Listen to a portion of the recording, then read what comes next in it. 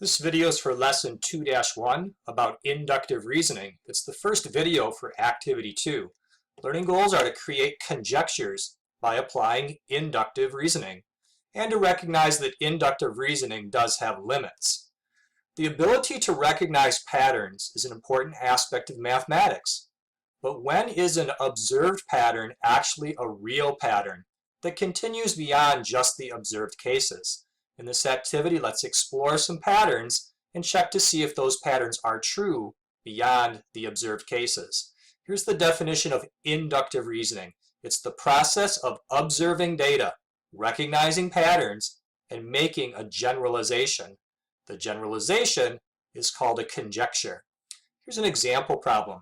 5 students attended a party and ate a variety of foods. Something caused some of them to become ill. JT had a hamburger, pasta salad, and coleslaw, and she became ill. So it was one of those foods that was the reason. Guy had coleslaw and pasta salad, but not a burger, and he became ill. So from that, we think it's got to be either the coleslaw and the pasta salad, probably not the burger. Dean had only a hamburger and felt fine. So this is our confirmation that it is not the hamburger that's causing people to be ill. Judy didn't have anything, and she was fine. Cheryl had a hamburger and pasta salad, but not coleslaw, and she became ill. From that clue, we know that it's the pasta salad that's the food that's making people ill. That's inductive reasoning, using these observed cases of what happened to these students to figure out a conjecture. We conjecture that it's the pasta salad that's making people sick. Number 2, use inductive reasoning to make a conjecture about the next 2 terms in each sequence. Explain the pattern you use to determine the terms. Question A, we have A, 4, C, 8, E, 12, G, 16.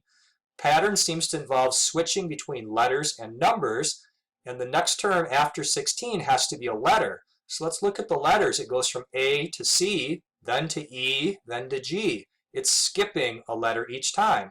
So skipping makes this a capital I. Now let's look at the numbers. 4, 8, 12, 16. Those are multiples of 4. The next one has to be 20.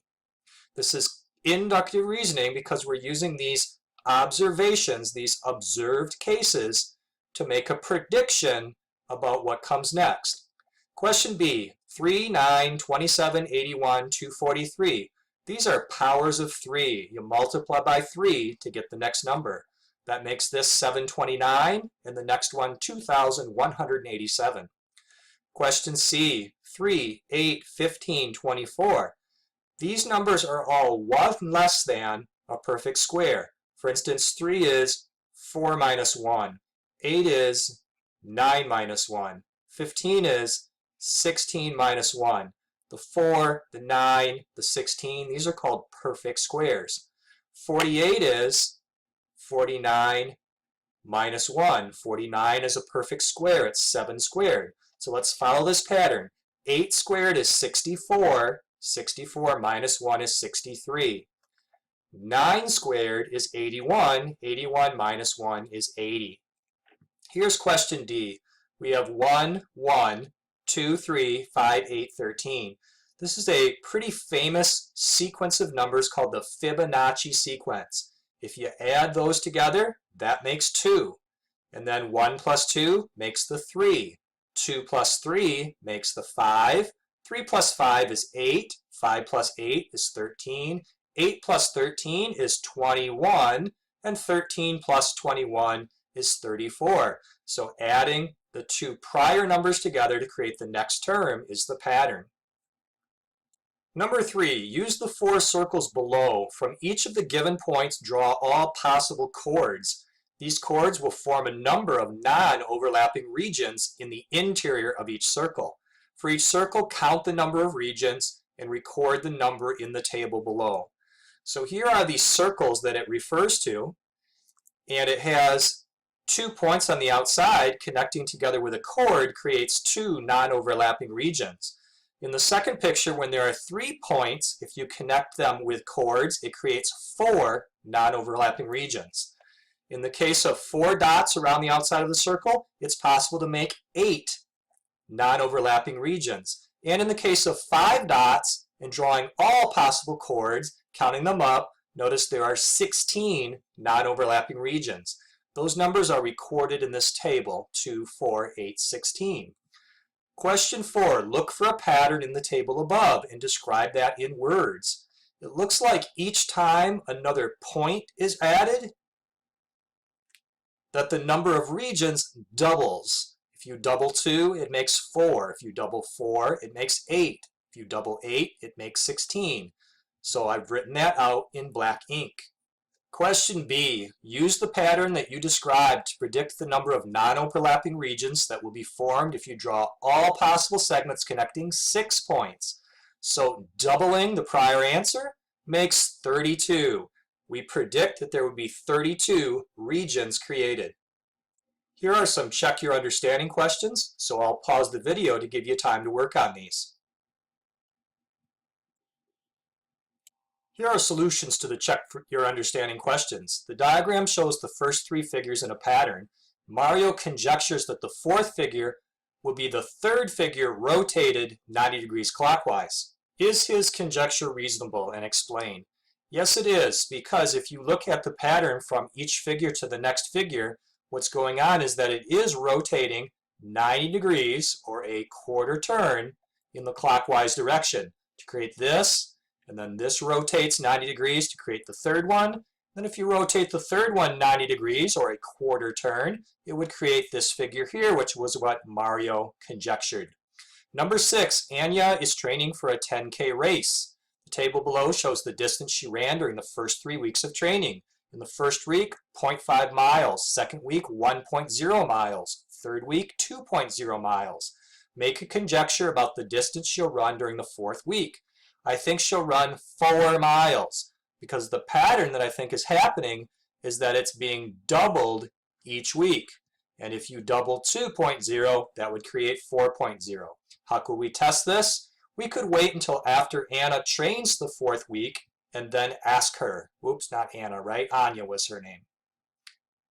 Number 7, use the circle on the next page and draw all possible chords connecting any 2 of the 6 points. Here is that circle with all the chords drawn, the number of regions labeled, and we notice that in total there are 31 regions. That's the answer to question 7a, 31. Is the number you obtained above the same number we predicted from the pattern before? The answer is no. We predicted 32 regions. Question C, describe what you would do to further investigate the pattern formed by joining n points on a circle.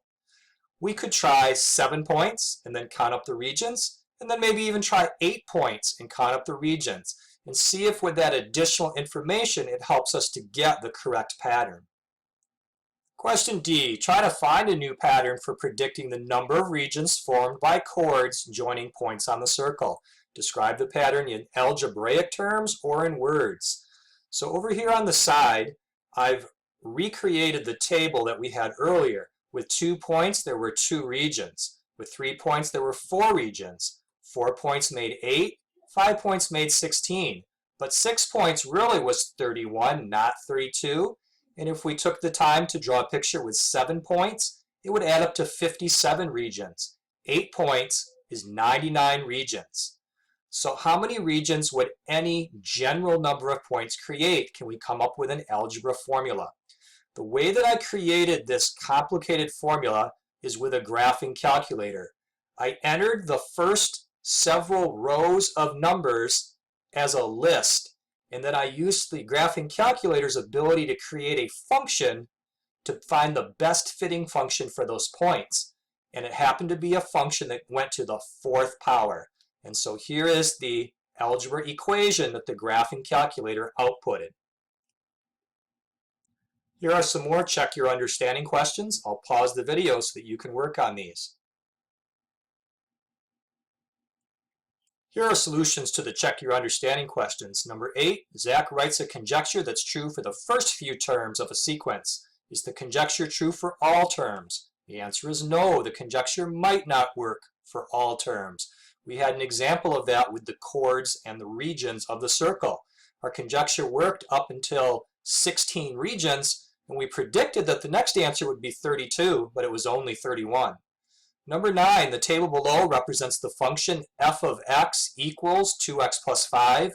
Based on the table, Trent conjectures that the value of f of x is always a positive number, because this is 1, 3, 5, 7, and 9, always positive.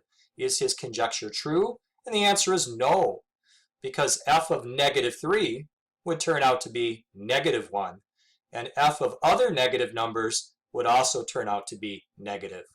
Number 10, Monique tosses a coin 3 times and she gets heads every time. Based on the pattern, she makes a conjecture that she will always get heads when she tosses the coin. Do you think her conjecture is reasonable? And the answer, of course, is no. She just didn't do enough flips. If you flip a coin enough times, eventually you will get a tail if it's a fair coin. In this lesson, we looked at making conjectures by applying inductive reasoning. To use inductive reasoning, you look at observations or examples to see if you can discover a pattern that you think will hold for future cases.